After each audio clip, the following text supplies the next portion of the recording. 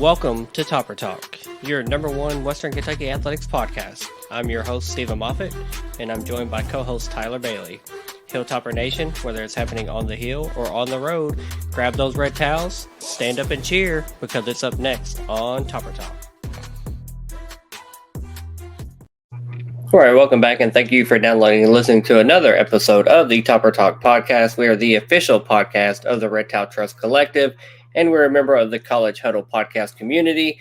If you're not already, give our socials a follow. We're on everything: Twitter, Instagram, TikTok, YouTube, and Facebook. And as always, this podcast is sponsored by the Fireman Moving Company. They are the official moving company of WKU Athletics. Not only can they be trusted to move all the coaches in and out of Western, but they can move you anywhere nationwide. The Fireman Moving Company is owned and operated by firemen and is founded by WKU alumni. If you're looking to move sometime soon, give them a call at 270-791-1755 and get yourself a free quote. As always, I've got Tyler here with me, man. We're diving into another position of the position series breakdown. Tyler, you ready to jump in? Yeah, man, let's get in here and talk about defensive linemen and linebackers. But before we do that, we have to get caught up with the Red Towel wrap-up, which is catching us up on all the athletics news that we've missed since we last recorded, and is brought to you by Trent Bedding Company. So let's get a word from Trent. Don't forget your headboard, pillows, and your sheets. We got everything you need for a good night's sleep. Number one on the same check, best of Bowling Green. All right. Hey! Twins, full, queen and king, mattresses for anything. Come and pick it out and we can bring it to your house. Have you sleeping real good before the weekend's out. Trent Bedding. It's just like a mattress store. Hey. All right, so this week, the Conference USA Roundtable Episode 2 aired, talking QB rankings. Be sure to check out that replay if you didn't catch it live. Yeah, that's a really fun, collection of Conference USA podcasts that we put together. Seems like most of our episodes are going to air either Saturday evening or Sunday evenings. That's just kind of availability-wise when we can do that. But it's just nice getting all the like-minded individuals that are pretty familiar with each other and all the teams and what we bring to the table. Just sitting down and just talking about what our teams and what we how we think we're going to do in this upcoming year. So it's been fun. We've now done power rankings, and we just did the quarterback rankings yesterday as we record on Monday. But looking forward to future episodes and just talking about Conference USA football. Moving on, WKU football and basketball are ranked number 34 in all of D1 schools and combined win percentage the last 10 years at a .607. Yeah, I'm going to steal a line from Todd Stewart. And you're known by the company you keep. If you're in that upper echelon, if you have successful programs across the board, and our football and our basketball teams have been just very consistent, especially over the last 10 years. Winning 60% of their games plus. So number 34 in all of Division I. I think we were number 2 in Conference USA. So really good just stat and just, awesome news. Love to hear it. Also, with the good must come the bad. And a rest in peace to Mr. Hilltopper royalty, Mr. Western Lee Robertson, passing away this past week at a ripe old age of 102 years old. Yeah, it feels like we've lost a lot of Hilltopper greats, not only former student athletes, but just, even just fans and donors, alumni, etc. Over the last, year plus. There's been several of them that have passed on and you hate to hear it. Obviously, we want to celebrate their life and just how much they loved Western and everything they brought to the community and the university. So we're going to celebrate his life and just, think about his family, thoughts and prayers, obviously. And that concludes this week. Yes, and that is very sad to hear. And you're right, that's a loss of life that, I don't think it'll be easy to replace someone with that much love and that much respect for WKU. But with that concludes the Red Towel wrap-up brought to you by the Trent Bedding Company. Yeah, absolutely. I mean, 102 years, man. That's a heck of a life lived. I think we can all hope and wish to, just have that much longevity in our lives and just be able to touch that many lives in this university and give that much back like he did. So, but moving forward into our 2024 WKU football position series breakdown, we now have done coaches and we've done quarterbacks. We're going forward. So now moving forward, we're going to talk about the linebacker position group. Phil Steele has this unit ranked as the number 6 unit in Conference USA. So again, not a lot of love from Mr. Phil Steele, who, place your hand on him. We trust in his knowledge and expertise, but we're not always going to agree with him. But he does have sound reasoning for his rankings. So first, let's talk about some of the players that we lost from this last season. We have to start with Kendrick Simpkins. He transferred to Baylor. Then we have Desmond Baker, who transferred to Southern Miss. Aaron Key transferred to UConn. Bryson Washington exhausted his eligibility. Lonnie Rice has transferred and not committed anywhere. And then Rayshawn Hodge has recently entered the transfer portal and has not announced who he is transferring to. So, Tyler, talk to us about some of these guys and what their loss potentially means to this team in the linebacking room. I mean, Kendrick Simpkins, he was a lot. He was number 2 on the team in tackles. He had 7.5 sacks, 3.5 tackles for loss, 1 pass breakup, and 8 quarterback hurries. He was Mr. Do It All in the linebacker core. It sucks to lose him because he was dependable. Baker, gosh, man, it sucks losing him too, because he was also right there where the ball was. He was always helping or solo tackling, gang tackle. It sucks to lose him. He had 46 tackles on season, 1 sack, 2 tackles for loss, 1 pass breakup, 2 interceptions, and 2 quarterback hurries. So it's rough losing him. And Aaron Key, he had such a bright future here. I hate that he transferred up to UConn, but they did get a good player. Bryson Washington, he had that big play. It was against MTSU, wasn't it? He came up big with that interception. That you got to think he didn't play much leading up to that. He gets in there, he made that great interception in the 100 Miles of Hate rivalry. That has to be such a highlight. Lonnie Rice and Hodge. It sucks. I hope they find somewhere good to go, but it sucks losing them top 4, because those guys right there, the experience they had, the numbers they put up, all that is tough to lose, especially in linebacker core that we're going to be talking about. Linebacker unit that end up losing some players, and we had to quickly recover. Yeah, definitely the guys that we lost, especially to the transfer portal. We celebrate the transfer portal when guys come in, but we also have to talk about it when we lose guys. And you have to understand Kendrick and Jaquez Evans following their former position coach to Baylor. He was kind of that hybrid nickelback linebacker, played down towards the line of scrimmage a lot. Kind of had that Devin Key type feel to him, where he was just always around the ball, always making plays. So I hate to lose him. Desmond Baker, again, was an all-freshman Conference USA selection a couple years ago. Went to USM. Aaron Key, again, impactful. Went to UConn. Bryson Washington, like you said, got his first start this last year. Was a player of the game. In that game, I think he had an interception and a couple pass breakups, maybe even a fumble recovery too, man. He just had a big stat sheet game, and just was nice to see him break onto the scene. Unfortunately, it came at the result of some injuries in our secondary, but he got that opportunity and made the most of it. And then Lonnie Rice, he was a highly coveted JUCO transfer this last year, who just kind of never really made it onto the field a ton. I guess we expected more out of him.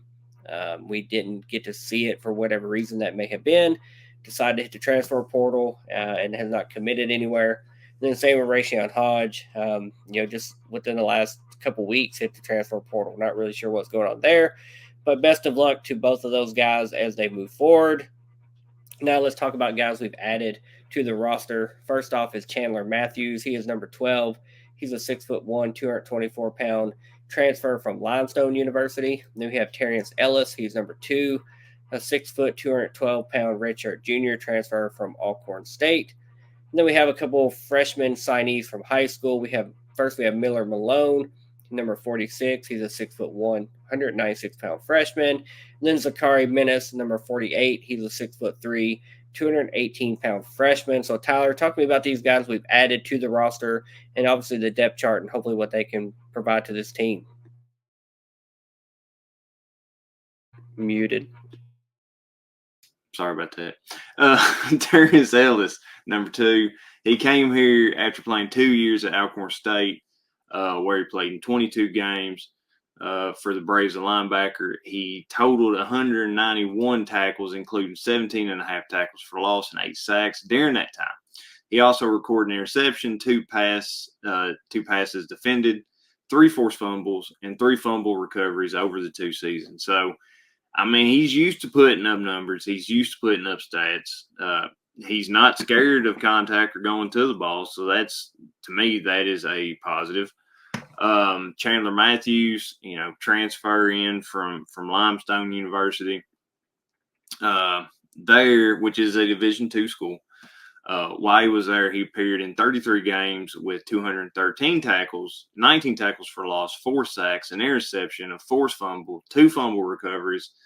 And in his most recent year, last year, 2023, he posted 78 tackles in 10 games with 8.5 tackles for loss and 3 sacks from his position. And he also recorded an interception, a forced fumble, and a fumble recovery. So he is used to being there where the ball is. I like that. I like that he is aggressive. Moving on down to Miller Malone. He's a freshman, 6'1", 196 pounds, like you said. He played at Barbers Hill High School in Texas. He's considered a 3-star prospect by On3. And during his junior season, he posted 103 tackles with 24 for loss, 5 sacks, and had 4 forced fumbles. So them numbers great for a freshman straight out of high school. He's going to probably redshirt and learn the system, get bigger, get faster and stronger, and be more aggressive later on in his WKU career. And Zacharias, he came WKU after playing at Eustis High School in Florida. As a senior, he recorded 88 total tackles with 19.5 tackles for loss and 3 sacks. And he also had an interception and 3 forced fumble recoveries, helping his team to a 7-4 record, and also playing in the Class 2S playoffs in Florida. So I don't want to speak ill of the boy. I feel like, Florida is definitely a tough state, great football hotbed for recruiting. I hope he can prove himself. And like I said, since he is a freshman, he's going to have some time to acclimate to college football, to D1 football. We recruit him for a reason. We got him for a reason. So hopefully they see something, a diamond in the rough in the making there. What I'll say about this group is that the first 2 guys, Chandler Matthews and Terrence Ellis, I expect them to be contributors, from game 1. If you recall during the spring game as we were there watching, we saw this number 12 kid on the field, and I remember going, who is this guy? There's just this jacked player down on the field. I mean, you could just see him in his jersey, just arms ripped huge from our vantage point to see that on the field. I was like, who is this guy? And we looked him up on the roster, and I was like, Chandler Matthews, okay, transfer player. Get to read a little bit about him. He obviously takes care of himself. He's a heck of an athlete. He has experience. It's going to be hard to keep him off the field. I'm excited to see what he can bring. And then the same with Terrence Ellis, again, has playing experience at the college level. He's going to be a guy that, it's going to be hard to keep off the field. with his experience, his size, and what he can bring to this unit. And then those freshmen, like you said, we hope they redshirt, just get to learn in the system, learn from some guys older than them, and prepare their bodies for future years and be able to contribute going forward. Now, some other guys on the roster that we can also talk about. First of all, we have Sebastian Benjamin. He is number 59. He's a 6'2", 240-pound redshirt senior. Then we have Karan Hayward, number 34. He's a 6'5", 235-pound sophomore. Lofton Howard, he's number 16, 6'4", 225-pound sophomore. Darius Thomas, number 22, 6'2", 210-pound junior. Eli Jones, number 33. He's a 6'1", 225-pound redshirt sophomore. Trent Zappi, number 42, 6 foot, 225-pound redshirt sophomore. Reginald Allen Jr., number 38, 6 foot, 228-pound sophomore. And then Nathan Griffin, number 45. He's a 6'1", 232-pound redshirt junior. Tyler, what about the rest of these guys on the depth chart and just what they bring to the team? All right, so Lofton Howard, like you said, 6'4", 225 pounds. He only appeared in one game last year. Darius Thompson, he didn't play in 2023 due to injury, but in 2022, he did make 8 appearances during his freshman year. And the highlight of his WKU career came against Middle Tennessee, where he intercepted a pass and returned it 42 yards for a touchdown. And, if you remember anything about 2022, that defense finished the season first in the nation in forced turnovers. So at least he added to that, and forced turnovers and defensive touchdowns. He also made 9 tackles on season and broke up an additional pass against Rice.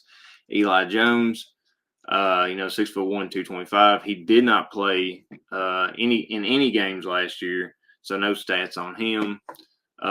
Corin Hayward, he was actually 2023 Conference USA All-Freshman team. He appeared in 10 games in his first season, and he recorded 7 sacks, and he also provided depth to the linebacker room, which was very crucial last year. Reginald Allen, he appeared in 8 games as linebacker and special teams during his first year on the Hill. He recorded 1 tackle, which came against Sam Houston. And then he was also selected to represent WKU on the Conference USA All-Freshman team. Trent Zappi, little brother to Bailey Zappi. He didn't really play none last year. He didn't record any action. Nathan Griffin, he appeared in 7 games during his 3rd year on the Hill, but it was mostly in special team roles. And then Sebastian Benjamin coming in as a redshirt senior, 6'2", 240. He appeared in 10 games with 2 starts in his first season at WKU after transferring from St. Francis. He also helped provide depth to the linebacker room and finished the season totaling 32 total tackles with 4.5 tackles for loss, 3 sacks, along with 2 quarterback hurries. Benjamin finished the year ranking 12th in Conference USA in sacks per games. That's that's impressive. Especially for Sebastian Benjamin. But we do have a lot of untapped talent, I feel like, on that list. You had multiple players who didn't see any action. So hopefully, if they do get their chance this year, they come in, they show why they're there at WKU, and hopefully represent WKU proudly. Yeah, I think this group of players kind of represents why we're that number 6 slot in the linebacker unit in Conference USA. Just a lot of youth here. I mean, sophomore, redshirt, sophomore, with 3 upperclassmen, and just not a lot of playing time and game experience. You talk about Sebastian Benjamin, Darius Thomas, what they have provided in the past. We have Lofton Howard, who's a local kid, Greenwood High School. Sister also plays volleyball here, so love to have that kind of guy on the team. Trent Zappi, obviously, of the Zappi fame. Bailey's younger brother, recently married Bailey Zappi, so congratulations to him. But we just have a lot of pieces amongst these players that, they are what they are. They're depth chart pieces. They're not starters. Hopefully they are going to start to earn their time on the field, whether it be just injuries or just breathers or just game flow, blowouts, etc. These are guys that at some point are going to have to step up and start plugging some holes in some game time action. So, I think although there's not a lot of playing time here, I think by the end of the season we're going to see some stats from these guys and some contributions. So I'm excited to see it. A continued youth movement from the defensive line and the linebackers.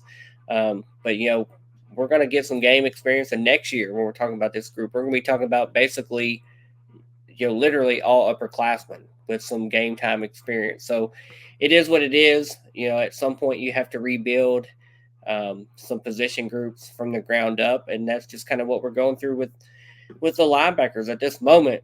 So let's talk about those projected starters. First off, we have Kylan Guidry, number 32. He's a 6'4", 232-pound redshirt senior.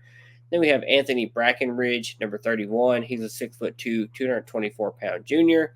And then lastly, Devin Lynch, number 51. He's a 6'1", 230-pound redshirt senior. So Tyler, talk to me about these starters. Finally some upperclassmen. What are you expecting from them and their contributions to this unit? Well, I'm expecting a big thing, especially from Kylan Guidry. He came in. He's actually the returning leading tackler on the team. He had 54 tackles with 3 sacks, 3 tackles for loss, and 1 quarterback hurry. He started the final 7 games of the season because of Evans' injury.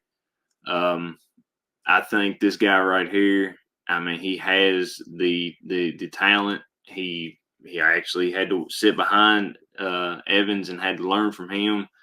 So I'm sure he passed on some pretty good information, pretty good technique on everything. He had a season high 9 tackles at Jack State and a season high 1.5 tackles for loss in the 31-10 win over MTSU. Suck it middle. You're moving on down to Anthony Brackenridge. He appeared in 11 games with 2 starts at linebacker during his second year of college football. He recorded 23 total tackles with 1 tackle for loss, 1 forced fumble, and 2 quarterback hurries. And he also recorded multiple tackles in 8 games. So coming back as a junior, you had Guidry, redshirt senior. You also got, like you said, a junior. And then you coming on down here to Devin Lynch, who's a redshirt senior. Just filled with experience on this one. Lynch appeared in 8 games with 4 starts in his first season on the Hill before suffering a season-ending injury at UTEP. In 8 games, he recorded 23 total tackles with 1 tackle for loss, and he also posted a season-high 8 tackles at Jack State on October 17th. So, them 3 guys, come in. They've been through the ringer, most of it, 3 to 4 years on a college, on a D1 college campus with the experience to know what to do, what not to do. They've been playing a lot of football. I think this is definitely going to be our main contributors right here. And I hope nobody gets injured like they did last year, because this unit, last year, I feel like this unit was in trouble, and then injuries happened, and I feel like that added to our opponents getting some good rush yards on us. Hopefully these guys stay healthy and they're able to slow down that rushing attack that the other teams definitely know that we're subset. We're used to giving up a lot of yards, so hopefully those guys, can definitely hold the line and stop that. Yeah, it's nice to talk about some upperclassmen. First time this episode, feels like we've been talking about just the youth movement. Now we're talking about some redshirt senior, and junior. So some guys that we can lean on and trust to just bring that game time experience and just know what to do. And they're ready to play. They're ready to contribute. These guys have already played and contributed. So now they're going to step up and be leaders in the linebacker room. So we're excited for that trio and just how they're going to help mentor, just the overall, the other guys, the other guys on the roster, the youth movement that we talked about, all those sophomores, etc. So now we have to ask those 4 questions that we're going to talk about with every position group. Who in the linebacker room is the hardest to replace? Well, I said it earlier. I think it's Kendrick Simpkins, number 2 tackler on the team last year, 52 tackles, 7.5 sacks, 3.5 tackles for loss, and 8 quarterback hurries. It seemed like every time, someone was getting hit in the middle or up sidelines, it was Kendrick Simpkins. I heard his name a crap ton on the radio and on TV. Seemed like he was always there whenever there was a play made on the ball. So I'm going to go Kendrick Simpkins. Yeah, I'm right there with you. I agree. It's Kendrick. I mean, that guy had a nose for the ball. Just always seemed to be there, making a play, putting his helmet on somebody, making somebody regret getting the ball in his area. He was that hard hitter, definitely that Devin Key type player that played down and just had a nose for the football at all times. So, hate to lose him. Wish him the best of luck at Baylor as he finishes his college career. But yeah, he's definitely going to be the hardest to replace. Who is going to be your breakout player in the linebacker room? Number 34, Hayward. This may be a cop-out since he was All-Conference USA freshman team, but he only recorded 7 tackles last season, so I expect that number to greatly increase this upcoming season. I'm going to go with Terrion Ellis, the transfer from Alcorn State. I think he is somebody that has some playing time and some experience under his belt. And maybe he doesn't come in and start right away, but I just think he's going to be a guy with his size and his ability that's going to be hard to keep off the field. And when he's on the field, I'm expecting him to make some plays. So give me Terrion as my breakout player. Now, who is going to be your MVP in the linebacker room? I will say, first of all, that is a good selection because I feel like I feel like he may come in and do some big things. I'm hoping he does. My MVP is going to be Kylan Goodry. He was the leading tackler last season. We did not share notes. I don't know who you got. I picked this one up before we even start recording. Leading tackler last season, 54 total tackles, 3 sacks, 3 tackles for loss, and 1 quarterback hurry. Give me some more, man. I need it. Yeah, again, right there with you. I think Kylan Guidry getting the opportunity to be just a bona fide starter, every down type of player. I don't know if he'll fill that role of what Kendrick Simpkins had, or if we plug somebody else into that role that's just always playing down towards the line, or if he's just somebody that's coming off the edge. I feel like he might be more of a hybrid linebacker type edge type guy. But I think Kylan Guidry, again, redshirt senior, 6'4", 232.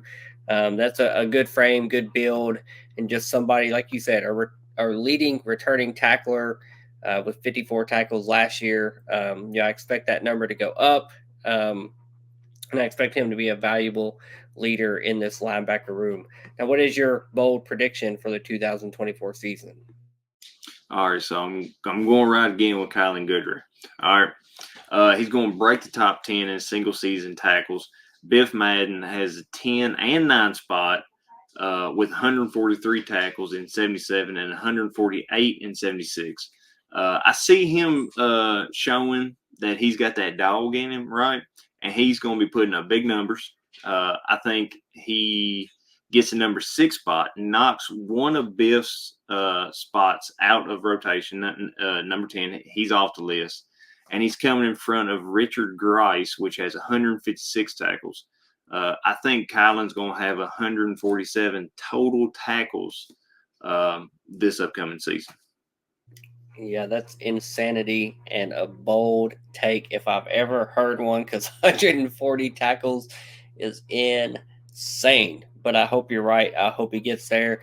Don't take this as a cop-out. I don't want it to be a cop-out, but I just think this unit combined with our defensive line unit, what that first and second level of the defense brings to the field, I think collectively, and this is kind of piggybacking off my defensive line bold prediction, I think the linebacker room is also going to contribute to us holding our teams to a less rushing yard average per game than last year, which I think is detrimental to the success of this defense and this team and just how many games we can win. We have to be able to get off the field. We have to limit teams. If it's third and short, third and mid, third and long, whatever it is, we have to be able to make a play, come up with a stop, get off the field, and get the ball back in the hands of our offense and all the playmakers that we have on that side of the field. So I think maybe it's not a bold prediction, maybe it's a mild prediction, maybe it's whatever you want to call it. But I think the linebacker core helps us right the ship and hold the opposing offenses to less rushing yards than what we gave up last year, which was quite a bit, quite frankly. So maybe it's not it's definitely not a streaking hot, bold take like yours was. But I think it is a bold prediction that has to happen if we want this team to contend for a Conference USA championship, and try to win 8, 9, 10 plus games. So give me that for my bold prediction. Now for my final words, I have to say that, again, as we've did this practice last year, now we jump back into it this year with our third position group. Now, man, it is just so awesome to just talk about all these players. Even guys that have left, guys we've added to the team, those depth chart pieces, the young guys that we expect to contribute this year, even the freshmen that may not contribute, but we're gonna talk about them this year, and then hopefully we talk about more next year as they break into the rotation, and then the starters, and just there's a lot of talent on this team. We know that there's a lot of youth on this side of the ball, especially the D line and the linebackers that we talked about today. But there is also a lot of talent, and I'm looking forward to both of these position groups. Ranked by Phil Steele, our college football preview Bible as the number 7 and number 6 units in the conference, and rightfully so. If you just look at the statistics, with an unbiased view and just what's returning, what was lost in production last year, I get it. Phil, I get it, but I don't agree that by the end of the year, I think we're going to be talking about several guys, not just one, that are, all conference players. I think we're going to have several guys across both of these units that are all conference players. And I just think there's a lot more talent than what we're being given credit for. I really trust this coaching staff and the talent that we have and we've brought in that we're going to continue to develop to just exceed expectations, not just accept the status quo and that, they're middle of the pack, the 6th or 7th unit in this conference. I think we're definitely the upper half, if not the upper third of this conference. And I'm looking forward to these guys just letting their play on the field speak for them and not some, college football preview ranking. So Tyler, hit us with your final words and then take us on out of here. Yeah, for real. I am tired of the bend don't break mentality. It is important, but I'd rather stand firm and get the other team off the field.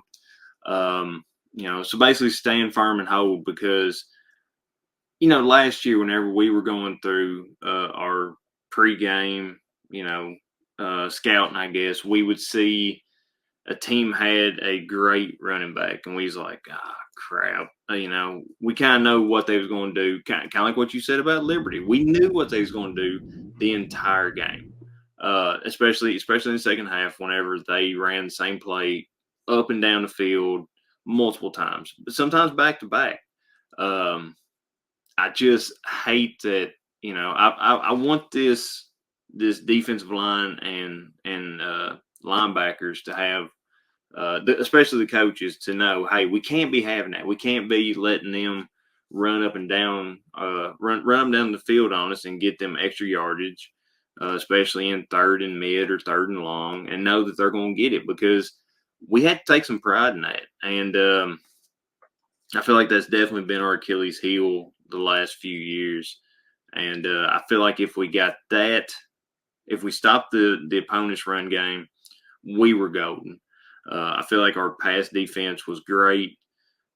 We definitely held receivers in check. We held QBs but we just got to stop that run game. And I feel like if we do that, we would have won some of them games that we lost. And hopefully this year, the coaching staff took notice of that and made some changes in what they're going to call, how they're going to prep these guys, because that's one glaring spot in our armor that hurts us. But I am looking forward to what these guys are going to do in the season. I'm not going to run them down because, hey, they go out there and they put their body through stuff that most of us wouldn't at all. They do it every day just for the love of the game. So with that, I will say, Moff, who has better than us? Nobody, buddy. You know it. Go Tops. Go Tops. Later, guys. See you.